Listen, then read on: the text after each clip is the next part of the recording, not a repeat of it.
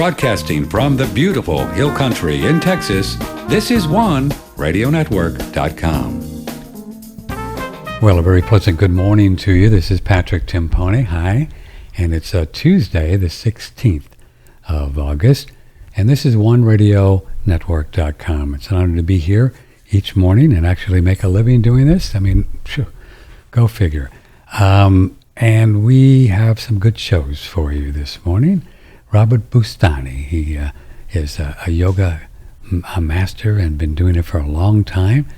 And we haven't talked about yoga forever. It's just, I don't know. And he was introduced to us by Adam Bergstrom, who'll be here tomorrow for Adam 2.0 at 10 o'clock. Also tomorrow, Stephanie, I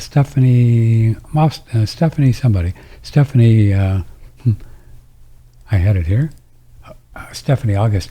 And she had an out-of-body experience, I believe, while she was on the operating table, and saw herself down there, and her life just has never been the same. And she's written a book, and she goes around the country and talks to people the fact that they are a soul and not the body, which we talk a lot about around here because it's the truth.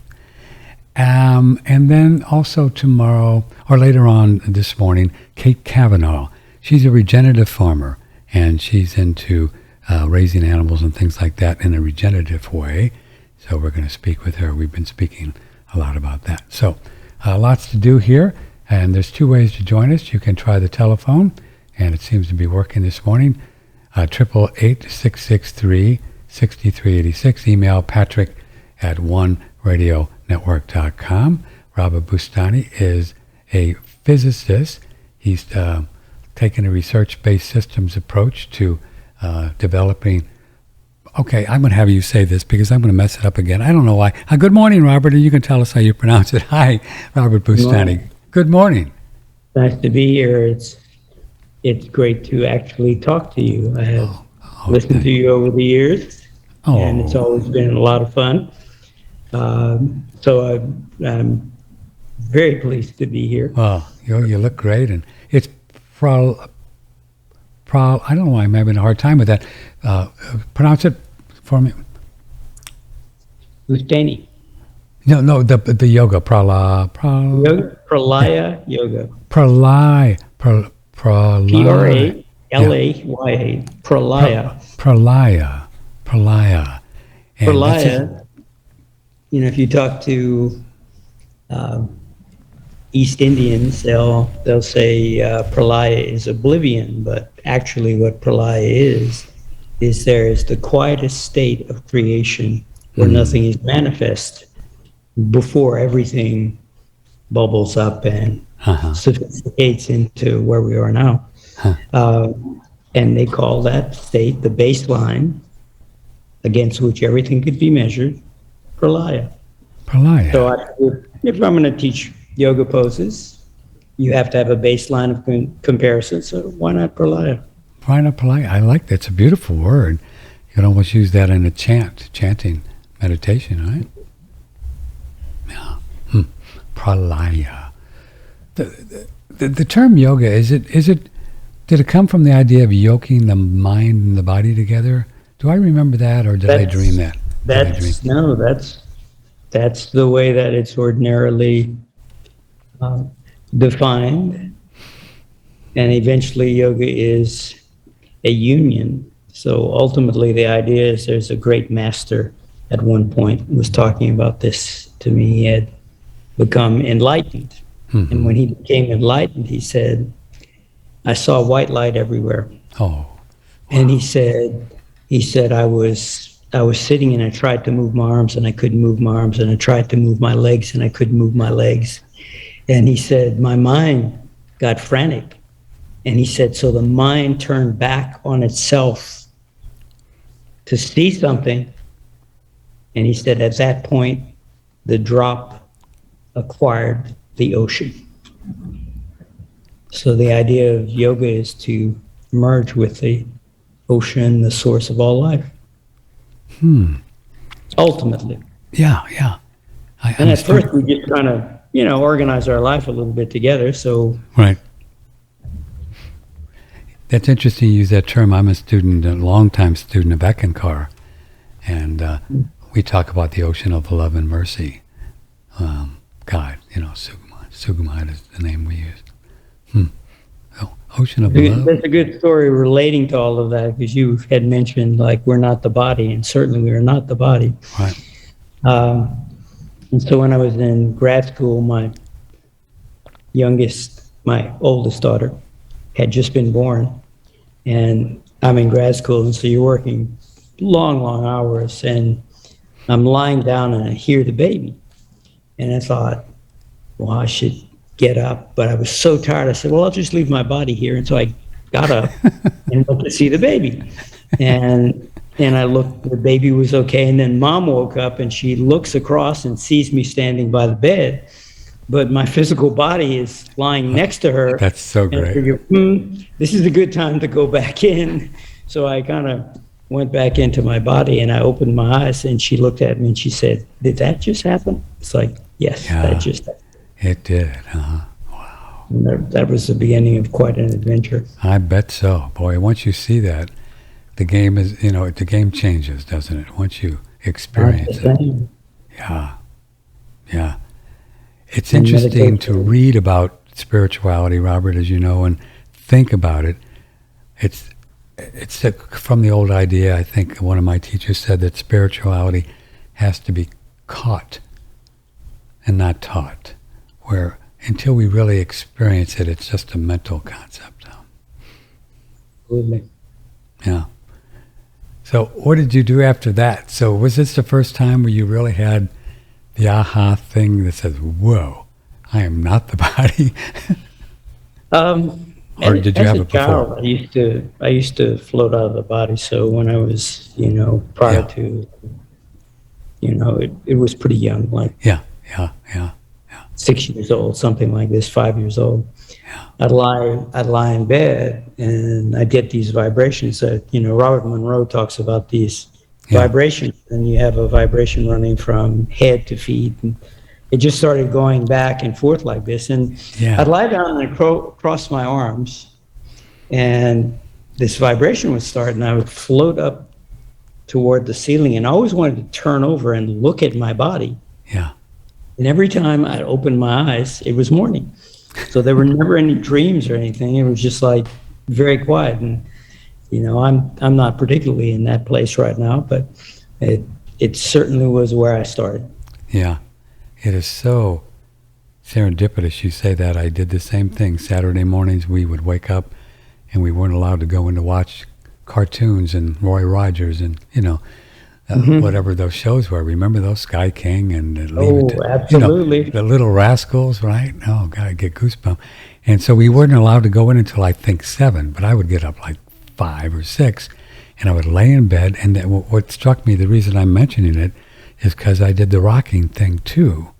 Mm-hmm. You rock back and forth. I figured out doing that, and then I would just go up to the ceiling and felt like, whoa.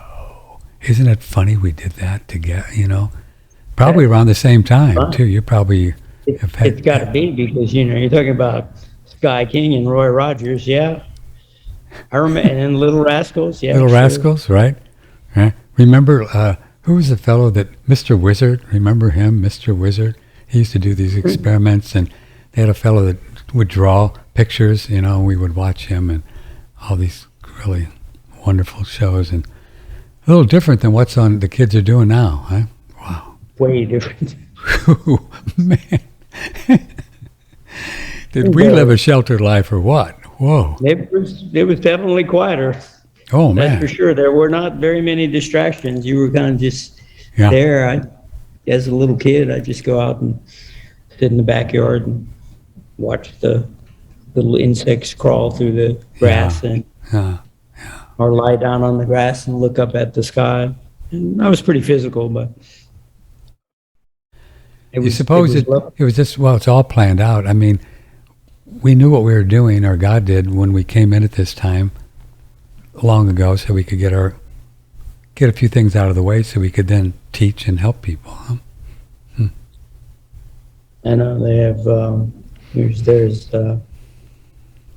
a great female entrepreneur, Jenna Kusher, who always says, your mess, whatever mess occurs in your life, becomes your message, that you work all that stuff out, whatever it is you've been through, and then you teach that.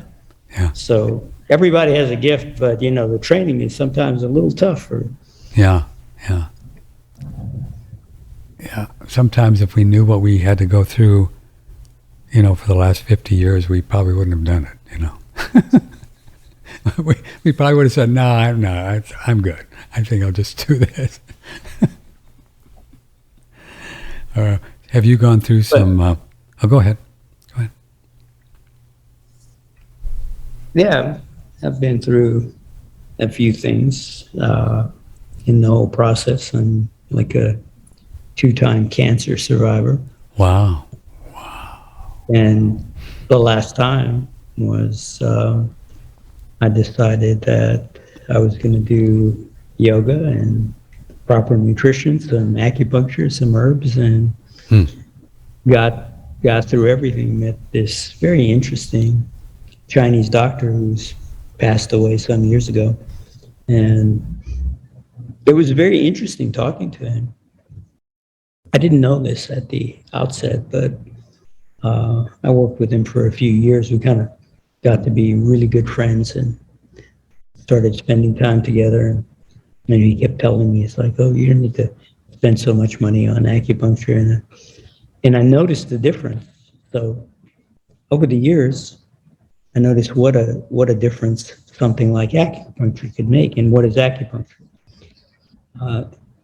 It's stimulating microcurrents through the acupuncture meridians, or you can actually take a TENS unit or some kind of little electronic device and run that current through. And over time, I noticed I started doing a little bit of acupuncture, very simple stuff, on myself. And I noticed that I turn up the current until I got some pulsing in the muscle. And then within 20 minutes, it was no longer pulsing because I had relaxed. And when you relax, skin conductivity goes up, which insulates you from the outside. But the currents, the conductivity in the meridians also goes up. So I almost doubled the amount of current I could run through my body. Now, this is what you do in Tai Chi, for example, because I've got, let's say I'm sitting and my arm is very relaxed and I run my arm across parallel to the surface of the floor, just sweep my arm out. And what happens? Well, there's Earth's magnetic field, and I'm cutting the field lines with my arm, and it induces currents into my arm. So doing Tai Chi is very similar to acupuncture in that you induce these currents in your body, and you're a biological battery. As a physicist, I can definitely say that. Yeah. And so I began to teach yoga in a very similar way. And initially, it was just a conceptual idea that if I put uniform pressure over the joints of my body, well, then the joints could last a little longer. But then I started noticing that if I exhale and twisted, inhaled and released, that the fascia, we know this now because everyone has gotten well informed about fascia, the fascia would stretch, it would generate microcurrents that would induce currents into the acupuncture meridians.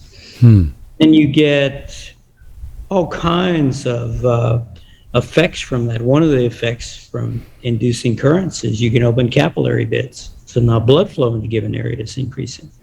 You have some mediation of some of the biochemistry in the body. And if a person has lots of stress, then you'll find that their body starts to tighten down. So there's a biochemical effect to shrink the fascia, and now you can't produce as much in the way of electrical currents. So I started teaching yoga where there was a cyclic action, and then over some decades, I started practicing quite a long time ago.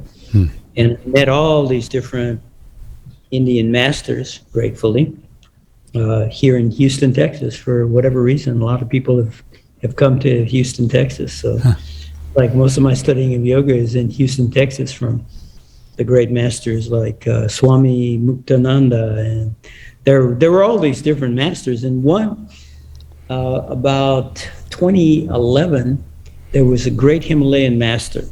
Okay, what's going to be a great Himalayan master? This is a continuance of the line of Yogananda, if people are familiar with Autobiography of a Yogi. And he came to Houston, and I was going to teach my most advanced yoga class of the week. And so all my teachers and the strongest students would come to this particular class.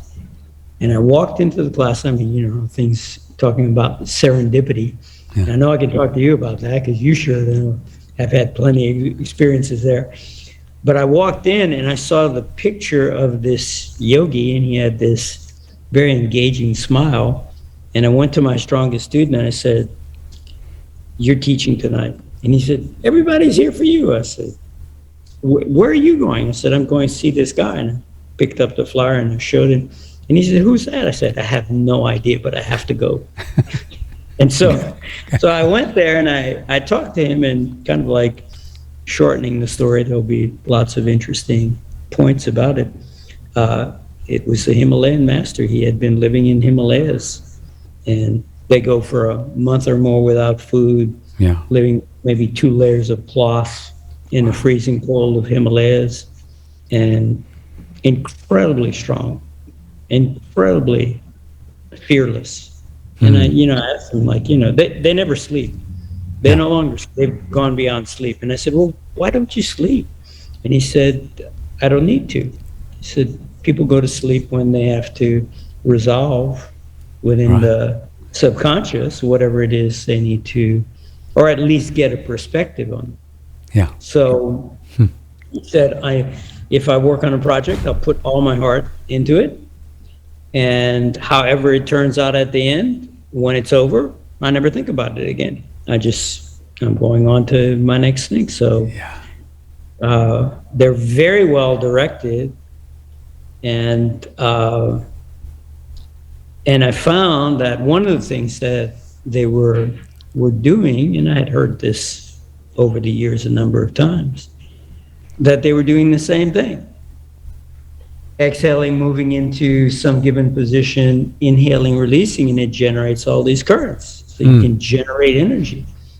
And so over time, he said, "Well, maybe you'd like to learn how we survive in Himalayas." Yeah. And I said, "Yeah, I would really love to do that." Count me in on that one. So he said, "Well, I have to find some other people. We've never taught this in the West." So he said, I'll see if I can find 5 or 6 other people, then, I'll train you in this. So at the time, I was going to study with the number 2 Taoist in China, very, very wonderful woman. And so I'd go to Sichuan province, and there's this beautiful mountain that has incredible negative ions, some of the highest quantity, shall we say, of negative ions of any place in the world. You can just go there and walk in the mountains, and you feel better just walking. It's like there's no lack of, it's like chi or prana or whatever energy we take in, you're taking it in when the body's relaxed. So if you go to a place like this and there's this tremendous wealth of negative ions, it starts filtering into your system, and you find that you just feel tremendously vital as a result of doing this. So I began to make the associations between these negative ions, which on a very physical level is certainly necessary if we're in rush hour traffic, which I certainly was coming here to my studio. it will slowly drain your biological battery. So then, by practicing cyclic action in given yoga poses, you can recharge your biological. And over time, you learn how to breathe. And one of the things in yoga where you learn how to breathe is you do what's termed Ujjayi breathing, sound breathing. And when you're breathing in that way, you create a slight restriction at the throat. So it creates a back pressure. The friction, you can hear the sound, and so the mind begins to focus on the sound. And then as you continue to focus on that sound, it sort of calms you down because you're affecting the vagus nerve. And what else is happening as you're doing that kind of thing? Well, there's a slight restriction, certainly as you're exhaling, and that restriction raises the partial pressure of oxygen in the lungs. So now you can increase oxygen coming into the lungs, and you can breathe very slowly. Very. And as you're breathing very slowly and you learn to relax, breathing very slowly, you eventually can feel the currents running in your body. And this is natural. This is I can teach anyone to do this. Wow. You're a human being. You're gifted with this potential ability. You could do it. Wow. So can you show us, demonstrate this breathing now here? It would be very slow. That's okay. What I would do, let's start with this. Yeah. If I'm breathing from my abdomen, it's like what they'll do, one of the techniques, is they'll inhale and expand the abdomen. Okay, so when I inhale and I descend my abdomen, the diaphragm is a dome, and that dome begins to push down or sink down, and it creates more space in the lungs. So if I inhale, expand the abdomen, the lungs, and then hold breath for some period of time, so you have time for the oxygen to transfer into bloodstream. And then when you exhale, you draw the lower belly in toward the spine. So how far down? About 5 fingers below the belly button. So if my thumb is on belly button, my little finger is about centered on the bladder, which is about what would be termed the second chakra. What the yogis call that is the knot of energy. And this is a place in that general region that energy can arise. So if I inhale and I put pressure there in that section of the abdomen, what it will do is eventually you can build the pressure, not only because you can pull the diaphragm down, you have enough strength to do that, but you can actually even use psoas to pull the diaphragm down. So now they're sitting on one heel, so the base of the pelvis is closed. So what do? You create tremendous pressure there, and you can actually transfer oxygen into cerebrospinal fluid. Ooh.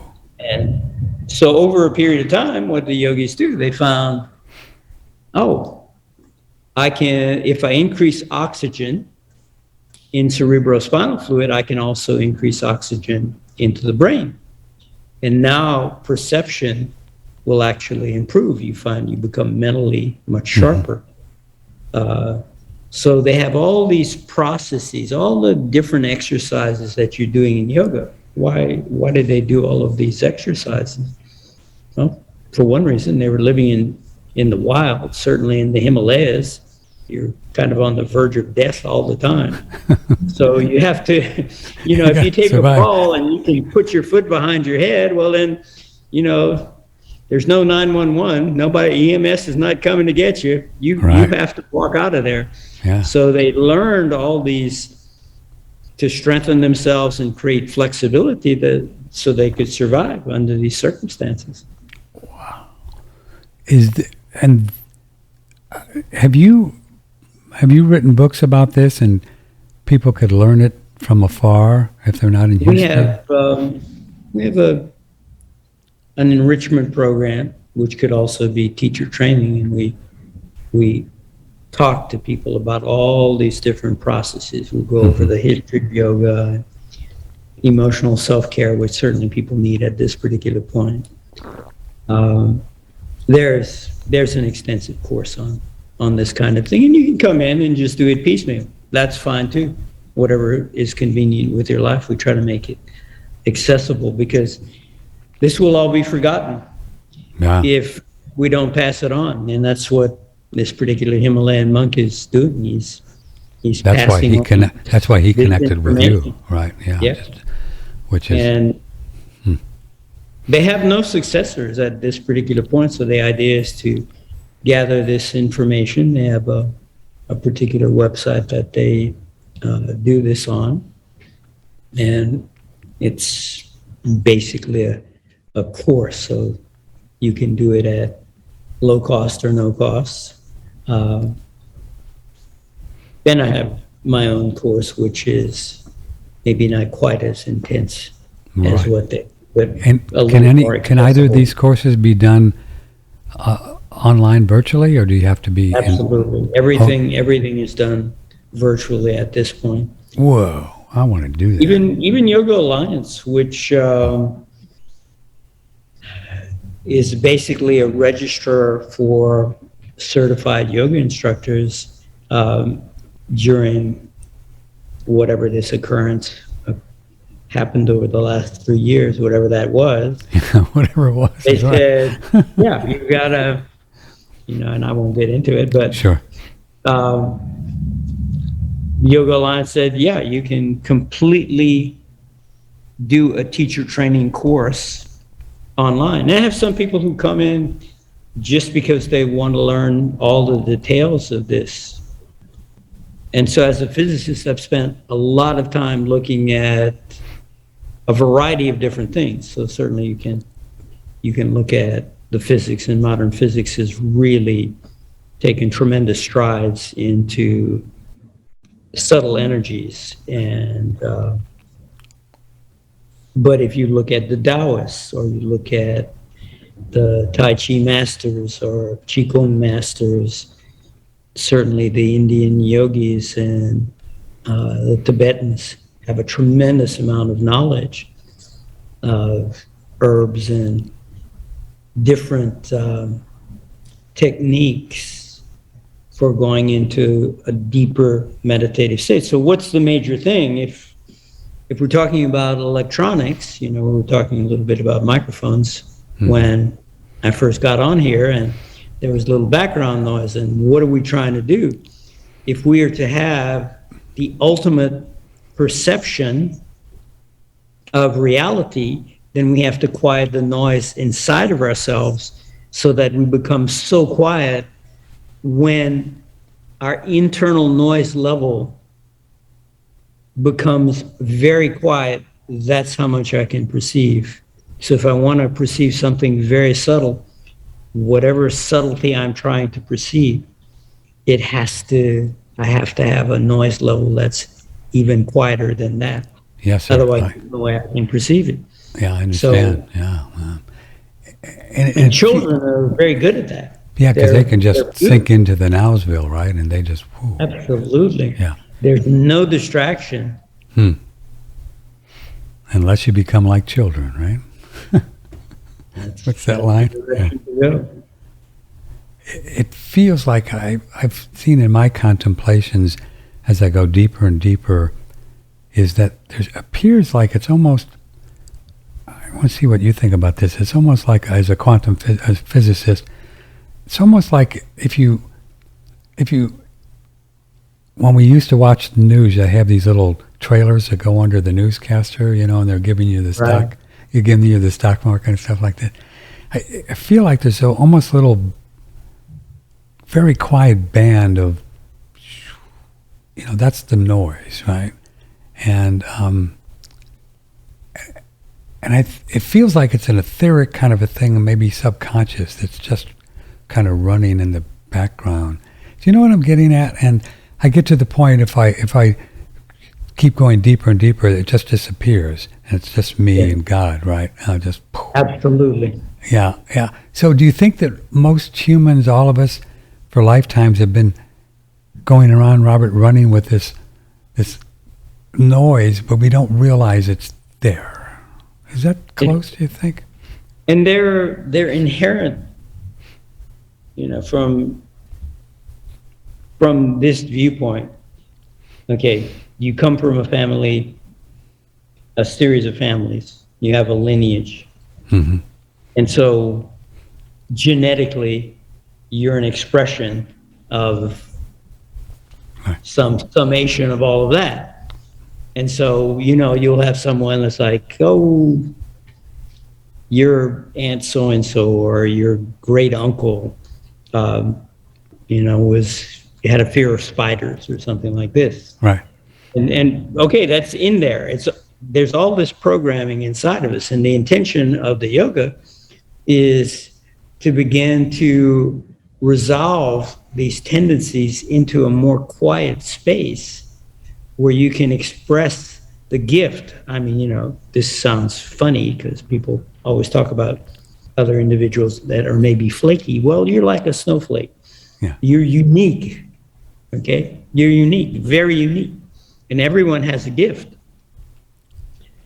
And even if they're reluctant, maybe the reluctance is coming from some genetic tendency, or the reluctance is coming from some experience they had. But the idea is to quiet all that noise down so the purity of who you are can come out in your unique gift. Yeah. And then you take that unique gift and offer it to the world. And if we all come together, what a great idea. If we all come together as a community and each of us supports the gifts we have, support each other in the gifts we have, who knows what will happen. Yeah. Wow. And what it feels like to me is the more that you and I and all of our listeners express that gift because of the work that we do, spirit, prana, chi, God, whatever you want, just keep saying, yes, yes, you're here, have more, have more, Good for you. Yeah. There's a beautiful near-death experience that I was sharing with my teacher training class last week, and there's a woman who had gone through a very difficult time, and she decided she was going to commit suicide. So there's a lot of desperation in the world today. And she went to the other side, and she had set up being in her car and doing whatever she was doing. But as she was dying, she crossed over to the other side. And she said there was no judgment on the other side. That it was like, we understand what you did and why you did it. Mm-hmm. And ultimately, she remembered her daughters, like, oh, my daughters need me. And she said as soon as she went back. Yeah.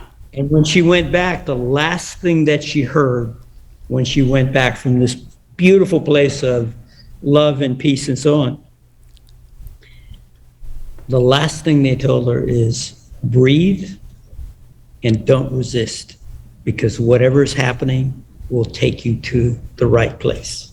It's like, just breathe and don't resist. Don't resist. And I thought it was so beautiful that there's no pressure on you particularly to achieve. Just don't resist the direction it's going.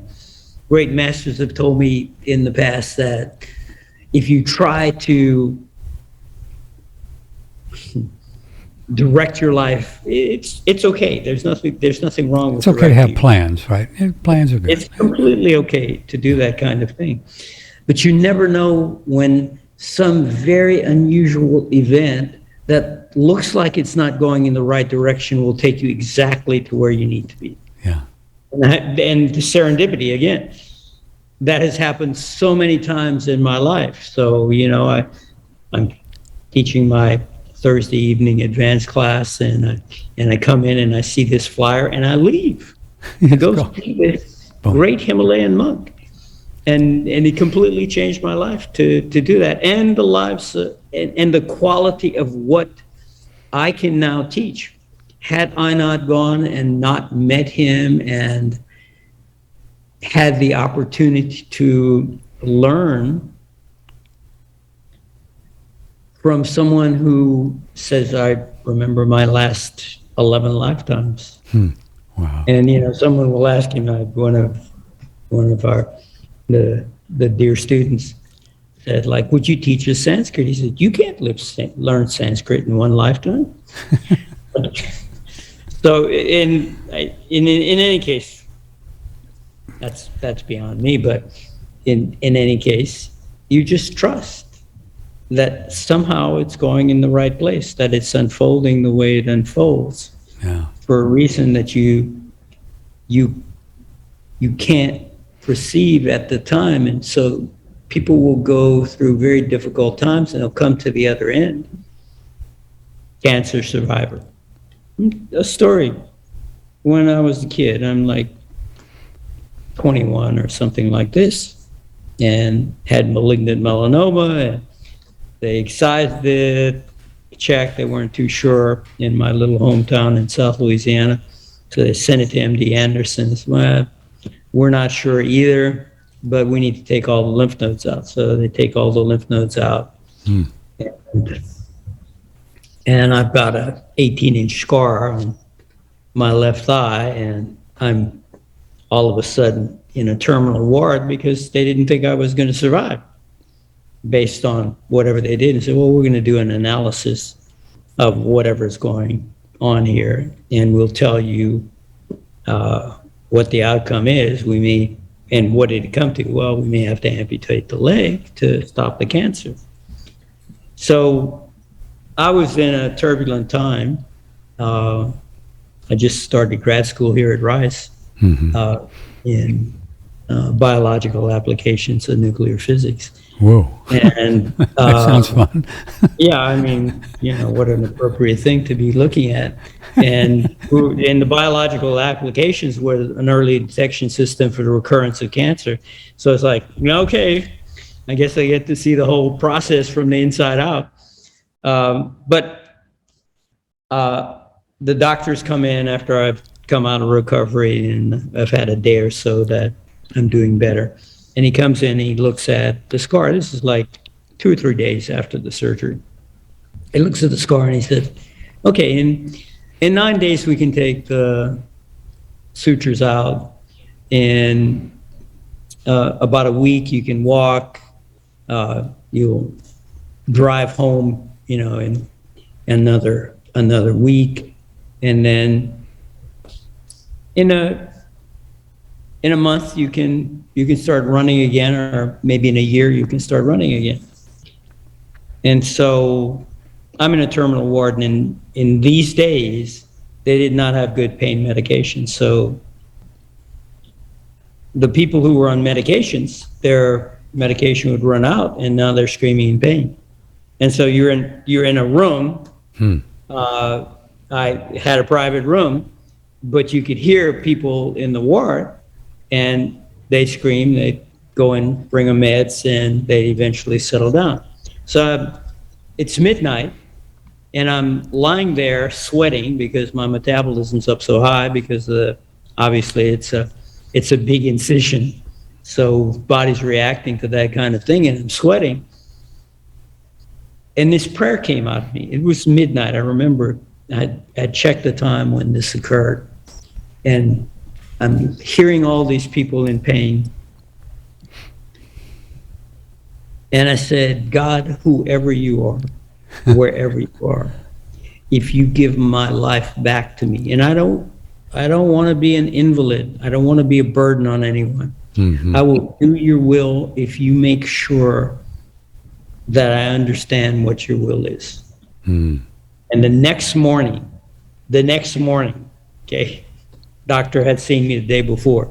He comes in, the doctor comes in, he looks at my leg, he says, we can take the sutures out right now. I had healed that quickly.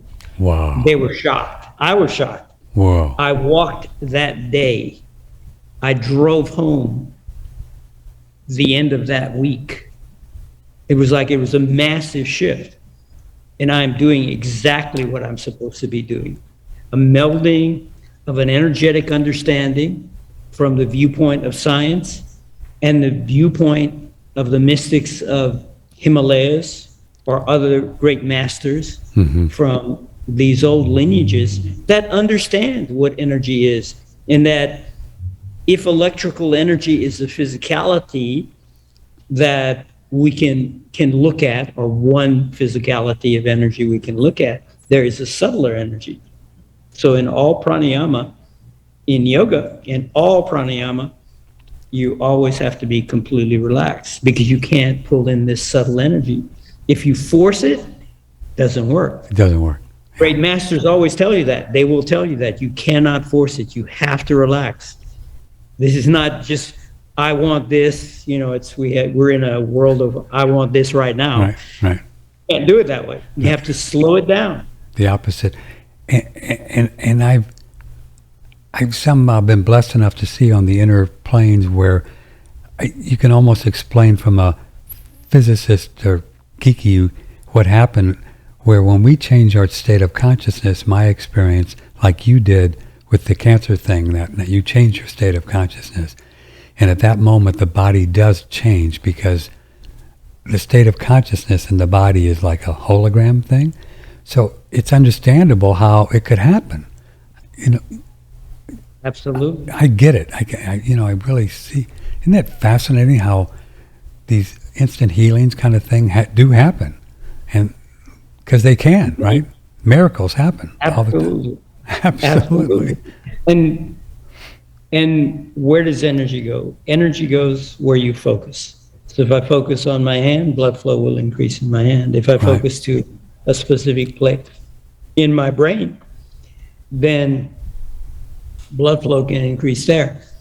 If I focus midpoint between eyebrows, this is a really simple process that could be used.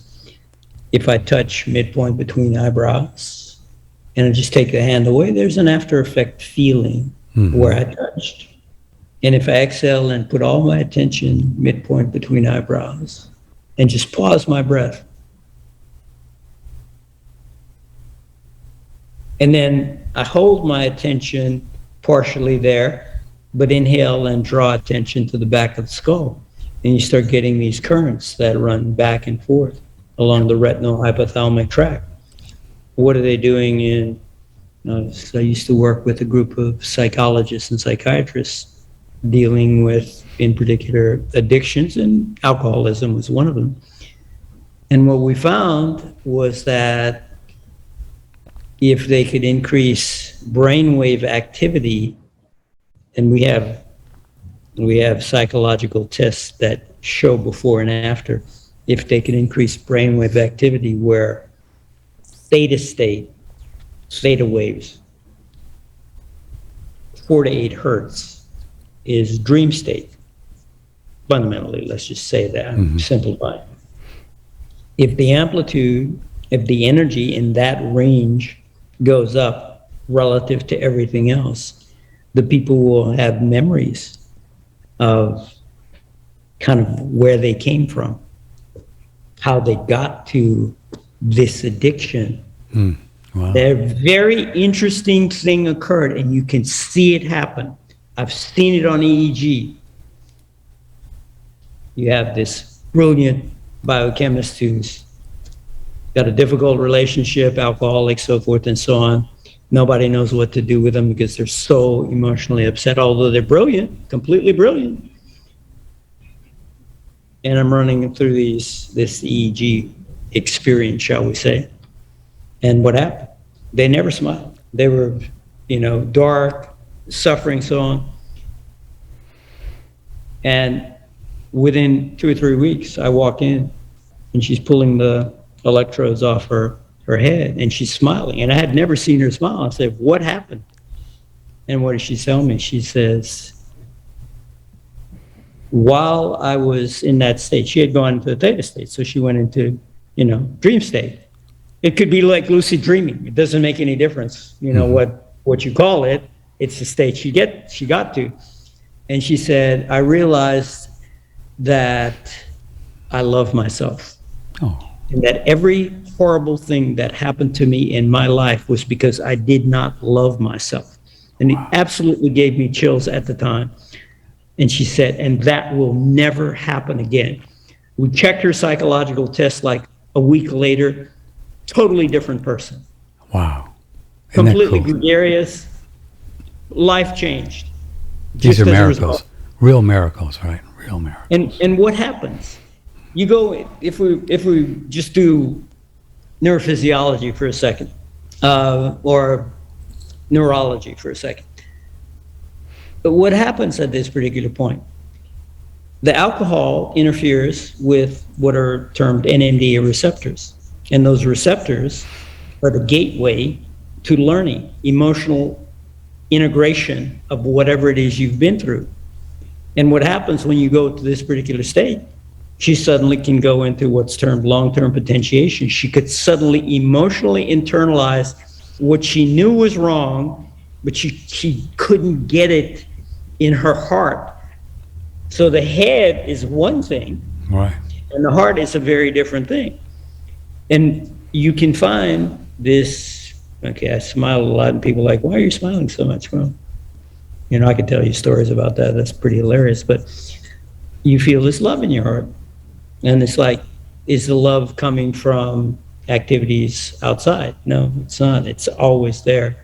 If I can have the courage to dive down, this is what you do in meditation. Sure. I can dive down below the storms and clouds around the heart. Then underneath, the weather is always beautiful. It's always been. It's always Robert beautiful. Bustani is with us. Prila Yoga. PrilaYoga.com. Robert, we're going to do a little break here, and then I want to talk to you a bit more about the breathing. And we're going to have you back because we haven't even talked about stretching and muscles and all that, but we will. So would you stay right there, sir, and then we'll be right back. It's fun. Previously, we were talking with Brandon about the Blue Shield EMF device, and he says it goes out 90 yards in all directions. It's an omnidirectional field that, if you think about a huge sphere that's expanding, that's essentially what the waveform pattern looks like. Oh, that's cool. So it's putting frequencies into the body, and then how does that work in relation to electromagnetic field that's coming in the walls and the windows through a cell phone tower down the street? Yeah, so the cell repeaters and Wi-Fi and all this electromagnetic radiation in the environment, people mistakenly think that this is somehow going to act like a shield and block the radiation and make it not appear on any kind of tri-field meter or any measuring device. And that's simply not the case. It's more of an energy medicine, so to speak, where it's stimulating the bodies at the cellular level to create a cellular response to make all the individual cells much stronger and more able to adapt to the EMF stressors. So that's number one on the physical or the somatic level, where the body's experiencing a decrease in stress from electromagnetic fields. If you're interested, you can click on the Blue Shield ad on the front page of One Radio Network. Use promo code OneRadio, or also contact Brandon through his website there when you click, and he'll give you more information. Front page, Blue Shield EMF protection device on OneRadioNetwork.com. It's really, really pretty cool technology. It's out of Australia, and it goes off every 45 seconds or so the body doesn't get used to it, and it just helps the cells in the body and everything just kind of deal more efficiently with whatever these things are, you know. Cell phone towers and Wi-Fi, which we don't recommend in your home, and try to get hardwired. But, you know, lots of times you have kids, and if you didn't have Wi-Fi, they'd probably leave home, you know, so because they want to sit on the couch and, you know, do their thing. Anyway, so you could put these in your home, and it really does work, and it'll help you, and we do what we can. And then you get one of these guys, and these are pretty cool, and you charge them up with your USB, and it's the same technology, and you can charge them up, and then you just, they stay charged for about a week, really nice, and then you put this in your purse or pocket, and then this kind of protects you as you're driving around the city with cell phone towers every, 200, 2 or 3 miles. They're all over the place. So pretty cool. And then you go into businesses with cement floors and all things in the concrete, and it's pretty tough, in some of these places if you're sensitive, and this helps your body just to deal with these things better. So it's Blue Shield, promo code OneRadio on OneRadioNetwork.com. This is Brandon Amalani's company, and he's the same fellow that has started Shen Blossom many years ago, and Robert mentioned Chinese medicine and Tai Chi. Well, Brandon is a Qigong Chinese medicine fellow, and he has a whole lineage of Chinese herbalists that, and they go back, and some of these things are almost like so sacred they can't even talk about the recipes. It's that kind of a thing. It's a spiritual thing as well as an herbal thing, and so Brandon's products are, forget about it. I mean, it's like they're amazing products, and it's called Shen Blossom. He has a 50-year-old ginseng, and they make it with organic sake. Forget about it. I mean, come on. It's just a real deal. Here's another thing for you guys. If you're looking at things in that chakra down there south of the border, if you want to kind of juice up that a little bit, and it's not like check out this ingredient, and it's a product that's called Arise. All right, check these ingredients out. Fermented yam root, Japanese climbing fern and spore, amber resin, similax root, rosemary bark, dandelion, parsley, ashwagandha, garlic scrapes, chive scrapes, I don't know what a scrape is, sage, shiso seed, cumin seed, pyrosa leaf, saw palmetto berry, philodendron bark, plantain seed, gardenia, Japanese water plantain root, something I can't pronounce, sakura cherry, pyrosa root, and asparagus root.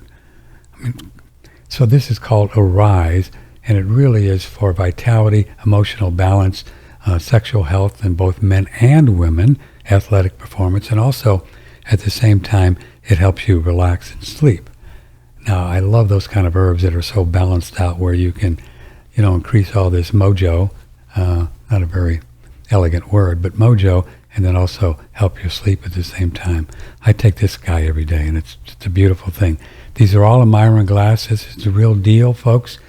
So if you're going to spend your Federal Reserve notes, such as they are, go to Shen Blossom on OneRadioNetwork.com. I think you'll have a good experience with the products, and you'll like what you find there, and I think you'll really enjoy, trying them out. From the Hill Country in Texas, this is OneRadioNetwork.com. We're having fun talking to a gentleman, a nice man who's been doing yoga forever, sort of, and it's PrilaYoga.com. He's in Houston, Robert Bustani. So I have a question for you on the breathing thing. I think you'll be able to help me. So over the years, I've created lots of different illnesses so I could learn how they work. As you know, this is what we do, right? I did the whole colon thing. Well, that was a tough one, man. I was in the fetal position on this floor as other people were doing my show. I had it. Then the classic sciatica, right? Twice, and the pain of that one. That'll send you to another reality real quick. And then over the last 3 years, just wrapping that one up, 3 years of a thing called heartburn. Never could figure it out. I mean, you could imagine the things I did, but it was just this burning thing, right there underneath the rib cage, Robert. It was like, and it was affecting the vagus nerve, and I couldn't sleep. It was crazy. But I learned so much just looking and seeing what it was. This is why I did it, right? So I could figure out how it all works, soul, mind, body. So the breathing thing I want to ask you about. So I'd be lying in bed 2 o'clock in the morning almost every night, looking at this burning and figuring out what it is, right? Just talking to God and saying, well, is it me? And then I say, yeah, well, it's me. Okay, if it's me looking at me, then what, the whole thing, you know how this works. You've been there a lot. I know you have, I can tell. And so when I start to play with the breathing, if I would breathe deeply into the pain would get worse. It would get stronger.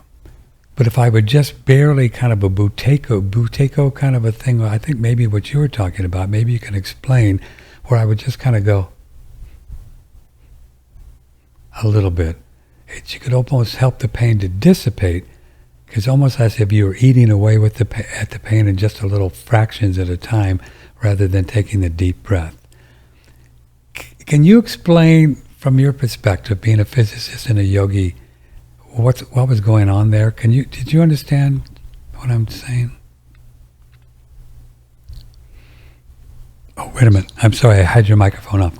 Can you understand what I was saying? Yeah, if you focus on pain in a given area, then all of your attention goes on that, and there's tuning that goes on. And I'll give a really simple example. Okay. So at one point I was having acupuncture, and I got a very sharp sensation, and I said to the acupuncturist, "You hit a nerve. This is a very high level acupuncturist." Mm-hmm. And he said, "No, I didn't. If I hit a nerve, it's different. It's just a little different than what you're getting." So what he did is he hit a nerve, and he let me feel that, and then he did and I could tell the difference between the two, gratefully. Okay, I mean, you're not going to try this on anybody. Where you put your attention is where the energy goes. Right.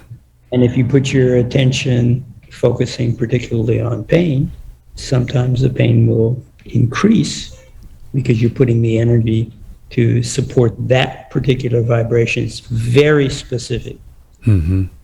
So it becomes necessary to focus, shall we say, where you want to go, not where you want to avoid. That's the simplest way. So you're changing your consciousness to a state where the pain is not there. You have to tune into that. a specific area. And sometimes you can go beyond pain because you've become familiar with it and you're not afraid of it. So Right. Yeah. one of the ways that people can, and there is a transformation that occurs when you do this. If you get into an ice bath, if you're not used to doing that kind of thing, there's a great reaction. And then slowly, over time, you find that you can go into that particular experience and relax at the same time. Relaxation is absolutely key. Yeah. So when I was go- breathing deeply, did that actually, when I was breathing deeply into that pain, that was actually putting more focus on the pain. And when I just breathed a little bit, it wasn't. Is that right? I was trying to understand. you begin to tune, but it's unconscious how you end up tuning to this kind of thing. So if you have someone that has perfect pitch, they're a singer and they have perfect pitch, they know exactly where to get to the right place. And if they hear someone else who doesn't have perfect pitch, they can say, no, that's off, and they can adjust it. They can help you to adjust it, a little higher, a little lower, whatever it is. And so sometimes we have to learn that precise tuning to a given area. And when you make that precise tuning and you relax, let me give you an even more physical example. Okay. Let me If I put you on. contract the muscle in my arm, so if I contract the muscle very strongly in my arm, Mhm. that contraction might hurt. If you're not familiar with it, it'll hurt. So I do something really simple where pulling knees into the chest, take a leg up, try to hold the leg in that particular position, and the muscles on the top of the thigh have to contract. So if I put my leg down and I lift up again, you feel a very sharp contraction in the quadricep. Mhm. If you can relax when you do it, there's no pain. No pain. So relaxation is absolutely critical to allow the energy to run. And when the energy runs, it'll eliminate whatever pain. It'll begin to heal a given area. So pain is healers just kind of are very- blocked energy. It's just kind of blocked energy. It's blocked energy. Yeah. And so let's make it really understandable. If we're talking about electrical currents running in fascial lines and someone has had chronic pain over a long period of time, biochemically, what begins to happen? The fascia begins to constrict. because of the biochemical shifts that are occurring. It constricts the area. Now the current can't run. So if they're walking around, it's fine, because I don't want to get too complicated here, but this is really important. If you're walking around and you have tension in a given area, then the currents will kind of dissipate into other parts of the body. So if you have someone that has chronic pain and they're walking around and say, I don't have pain when I'm moving around, but if I lie down to go to sleep and I relax, then suddenly I have pain. Well, what happens when you relax? You get the muscle relaxes, it expands, it puts pressure on the fascia generates currents, and now the currents are not being dissipated into the muscle because they're not moving. So where does it go? It's like the currents start stimulating the superficial nerves, and I have chronic pain. Yes, because we have to strip away the stress out of the fascia. It's a biochemical thing. Yeah. And when I've done this with people that have certain types of chronic muscular pain, or say hip pain, an older person with hip pain, pretty common for that kind of thing. Same thing with back pain. That's one of my specialties. And what happens when you do that? If they're having constant pain, they can't relax. And if they can't relax and they're constantly tense, the fascia will get to shrink. And when it shrinks, the only time it'll relax is when they just are still. Yeah. Then the current can run through the acupuncture meridians as it should. But you're creating blockage. You're quite literally creating an electrical blockage. Same thing happens with back pain, but that's a little more complicated.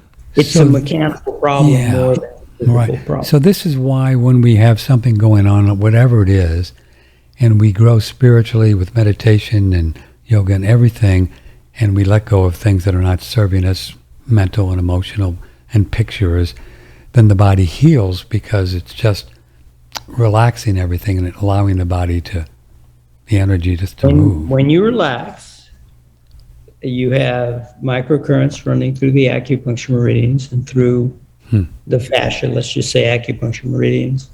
And what does it do? It mediates biochemistry. It improves blood flow into a given area. But if you're fighting it, if you're tense, when you create that tension, now not only can the microcurrents not run so freely and start stimulating the nerves, you find that you're creating tension at a subtle level, a level of subtle energy that we may not even be able to perceive. But clearly, from a very subtle, if an individual leaves their body, they might not feel the pain. Sure. Yeah. That's in their body in an operating room or something like this. They can watch kind of undisturbed by whatever it is that's happening. Yeah. But you climb back in, and where are you going to focus? Focus. People don't focus on where they want to go. They focus on what really the problem. What they don't like. What's going on there, what they don't like at the moment. Which would disaster in the news. Yeah, which is interesting when you think about what's going on, just even in the natural world, when people get blood tests and they say, oh, this is off, or you get a thing and says, well, maybe you got a little bit of a lump in your breast, or, all the different things that can happen when you ask people if there's something wrong with you, and then you focus on that like you have to get rid of it, which is just, in my opinion, the opposite of what needs to be done. Yeah, and I mean, you look at placebo effect. Placebo effect can be 55% of, some particular study. And it's like, how did that happen? Yeah, how did that happen, right? Well, we know how it happens, right? We know how it happens. We just know how it happens. About 2 years ago, I woke up in the middle of the night and my spiritual teacher said, well, it's about time you start stretching again. because I had been off and on yoga my whole life, but not really on it for about 3 or 4 years. So I just got up that night and 2 o'clock, spent about 3 hours on the mat just stretching. I didn't know what I was doing. I was just stretching into the tightness. And I did it every night for probably a year, 2 or 3 hours. It was the most amazing experience ever. And I know you can appreciate what I'm saying here. And I moved my neck in places I never thought it could move. And so would you talk a little bit about what's going on with the neck? And there must be a whole lot of stuff that we keep there in the shoulders and the neck area, isn't there? I sure felt it. Shoulders and neck become a reflection of the alignment in the pelvis and lower spine. So if I have a stack of blocks, Right. I just take some books and I start stacking them out in one direction. Well, eventually they'll fall over. So what do you have to do? You have to start going in the other direction. So the spine is a stack of blocks, but they're curves. And if I take the cervical curve and the lumbar curve, they're reflecting curves. Then if I misalign the lower lumbar spine, then the neck will tend to go out of place. And if I just adjust the neck,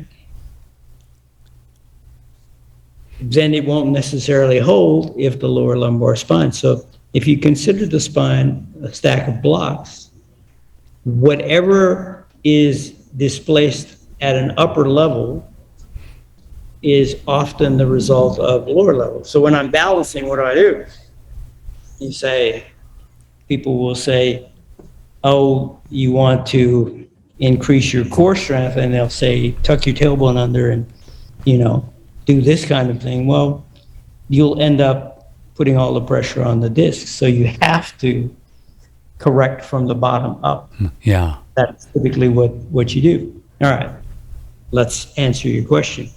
If I pull my shoulders down and my muscles get strong pulling my shoulders down, if the muscles that pull my shoulders down are stronger than the muscles that lift my shoulders up, then I won't have neck pain. So people will say, stretch your neck. And you can if you do it softly. You can release the fascia in this area. Everything. But you got to do it softly, right? You just don't want to push it. All right, you don't want to push it. But, yeah. So when the muscles, we're always picking things up. Right. Kids and groceries and whatever else, and the weight of the world. So we're always picking things up. So the shoulders are always going up. And if you get tense, what happens? Differential diagnosis, Harvard University, what do they say? If you're upset, it shuts down certain things in the guts, and it weakens the lats, and the shoulders go up. So scared cat, what happens? The lats lengthen and the shoulders go up, right? You get this rounded back. So if the muscles that lift my shoulders up are stronger than the muscles that pull the shoulders down, then you will definitely have neck tension. But if I don't strengthen the muscles, just putting your hands on blocks or a chair or whatever it is, you push down and you lift yourself up. And if I get muscles much stronger that pull the shoulders down than the muscles that lift the shoulders up, there's no neck pain. There's no neck, or even tension, there's no tension. Incorrected. So what do I do? Someone has a crick in the neck, so I'm teaching yoga, so we have people that are pretty physical. So I had a young woman that came in, she had neck pain. And she said, I slept wrong, I have a crick in my neck, I can't get rid of it. So what did I have her do? She was very strong. And if they're not strong, I'll just pick them up. So I said, do a handstand on the wall. She does a handstand on the wall. Her head is hanging, right? Her head is hanging plumb from her neck. The weight of her head is stretching out the fascia in her neck. And I said, turn your head side to side. So she just softly turned her head each way. I said, did you hear some cracks? She said, yeah. And I said, okay, come down. It's like, check your neck, see if it's better. She said, well, I can't find the pain right now. So she said, but you didn't do anything. I said, yeah, I didn't have to. You did it. She gave herself an adjustment, right? She gave herself an adjustment. She gave herself an adjustment. Yeah. But what do you want? You don't want to pull too hard. So the weight of the head is just right. Body will let go to the weight of the head. And so everything adjusted as a result. The same thing can be done with the lower spine. You could do it even sitting down. So if I put one hand on the sofa, one hand on my thigh, and I twist in that direction, bend my spine. If you can see my fingers, I've got 3 fingers. And if the little finger is shortest, middle finger is longest. And when I twist my hands, the little finger comes off first, okay? So in the fascia, if I slowly turn my head to one side, maybe I can even support my head, but if I turn my head to one side, I'll get a little bit of a stretch. If I'm hanging, if my head is hanging down, so it could be aerial yoga, it could be handstand, Whatever. any number of things. You could lie over the edge of a bed and let your head hang down and turn the head side to side. The tightest fascial release. You don't have to do a big movement. The misconception is that you have to do something and feel some intensity. If you feel intensity, say in your hamstrings, let's give that as an example. If you feel intensity in your hamstrings, so I grab my foot and I'm pulling on my leg and I feel a stretch in the back of my leg. Okay? Why did the leg go up? Because I'm pulling on it with my arm. But if the muscles in my thigh can lift my leg up, I don't feel any stretch in the hamstring. I feel tremendous contraction in the thigh. So the idea is no amount of pulling on my hamstring will strengthen my quadricep. And my quadricep opposes the hamstring. So it's always a matter of muscle balance. It's a balance of power. Quadricep, one country, hamstring, different country, and they work together. So when the quadricep turns on, neurologically, you have an inhibiting neuron that turns off the hamstrings. You don't pull on the hamstrings. If you pull on things, they tend to revolt. Yeah. So, And so the physiologically, when we are stretching, so it feels like the body's getting stronger and stronger and stronger and firmer and harder, but you're not really putting resistance on it, like you're lifting weights with it or anything. It's just the opposite of what you would think. What's going on physiologically is we're stretching fascia and muscles. What's going on there?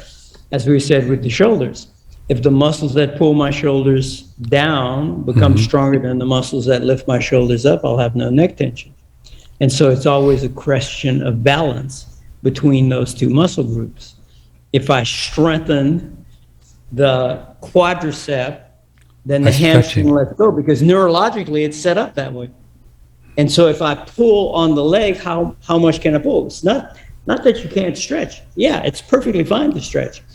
But the stretching on a scale of 1 to 10, 10 being a very strong stretch, if I pull very strongly on this hamstring, it's going to start getting stronger and stronger, and you'll never get it to release.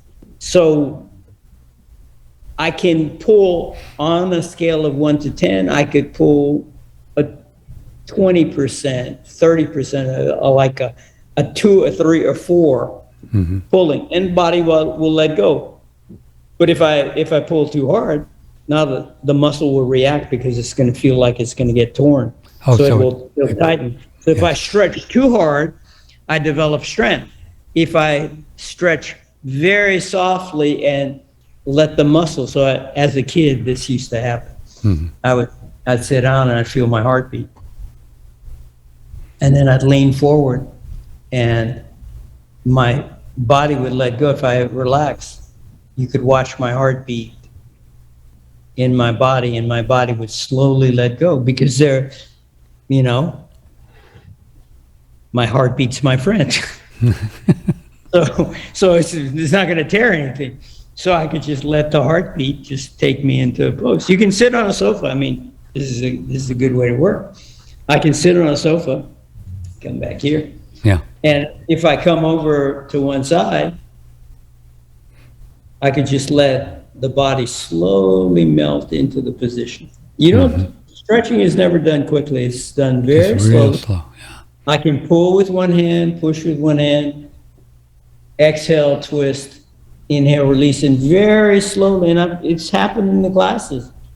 people of all kinds of ages, what happens? The tissue slowly begins to let go. Oh, Because when the muscle relaxes, the fascia, the fabric that holds the bones together, will let go. The fascia will not stretch if the muscle is tight.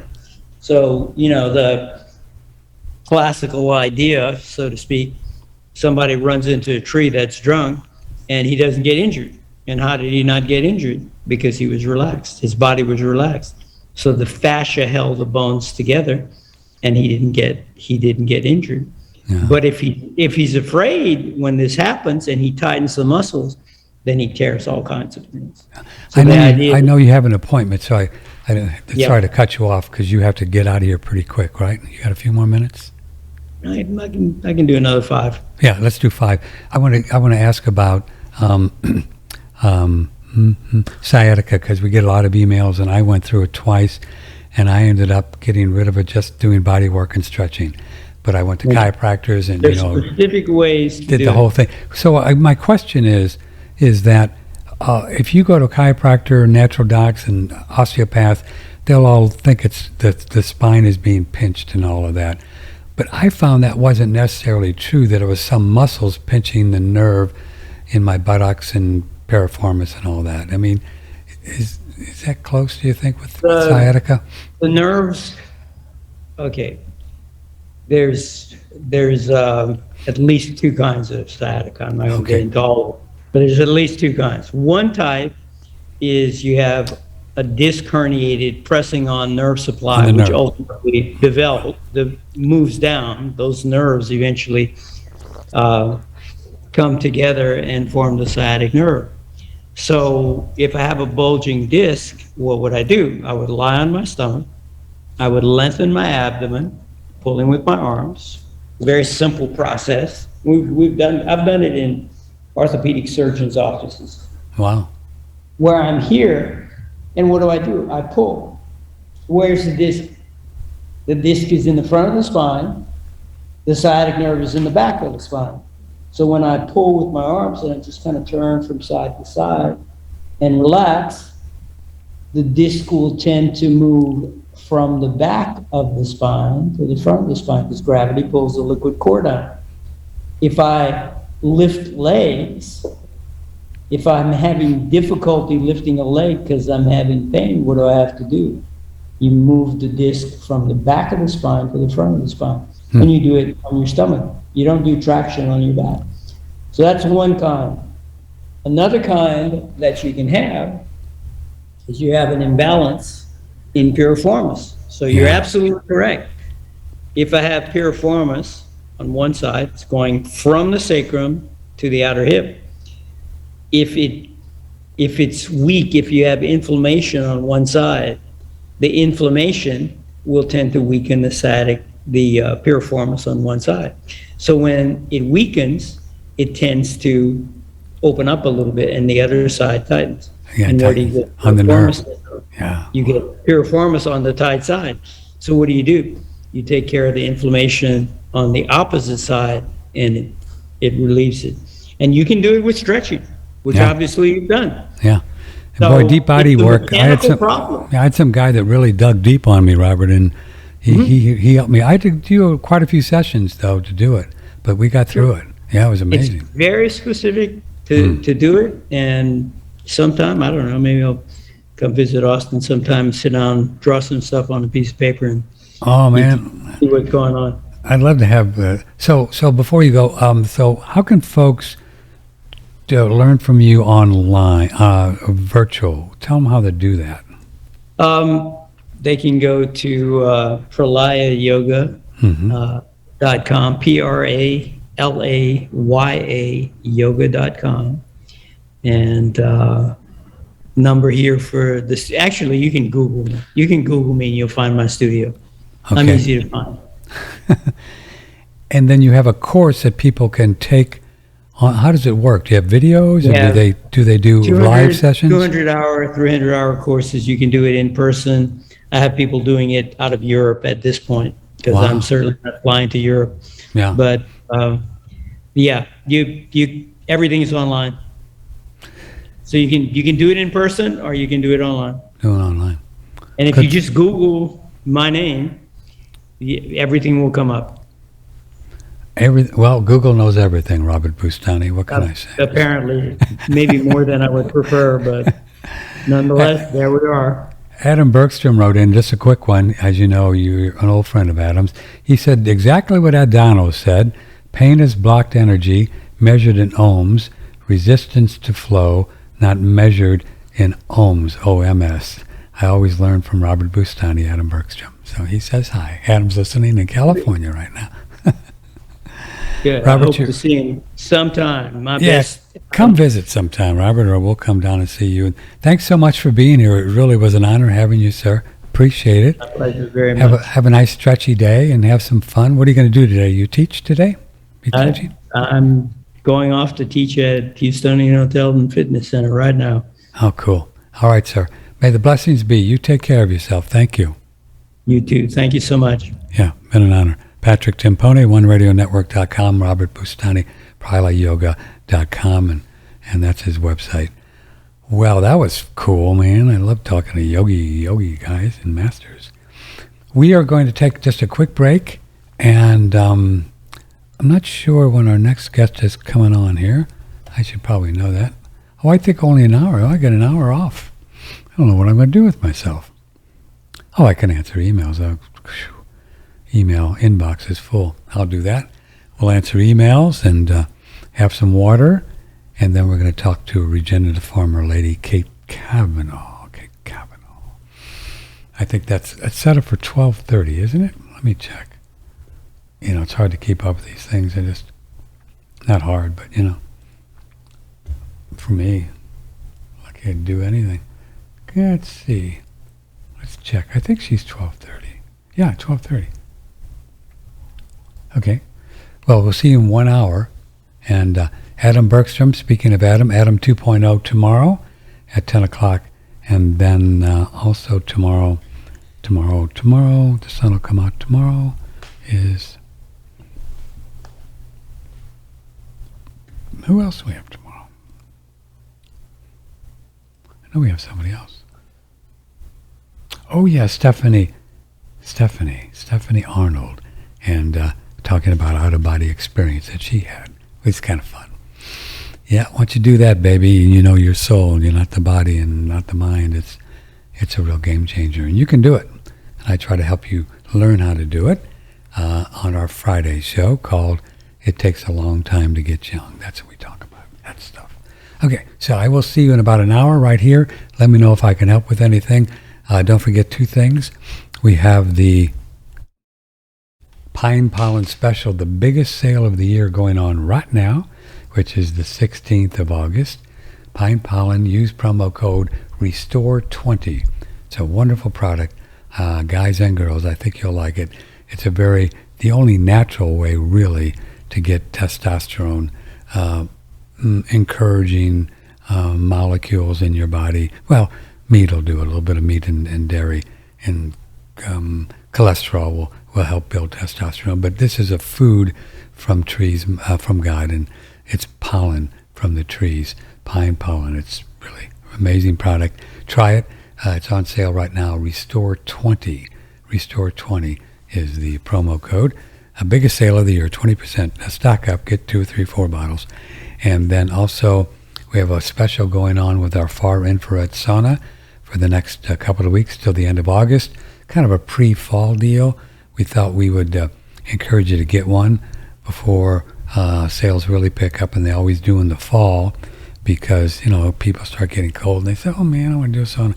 But you should do it too. But you can get set up now. You'll be all ready to go. You'll be kind of used to it for a few days before the weather starts to get cool off. It ever will.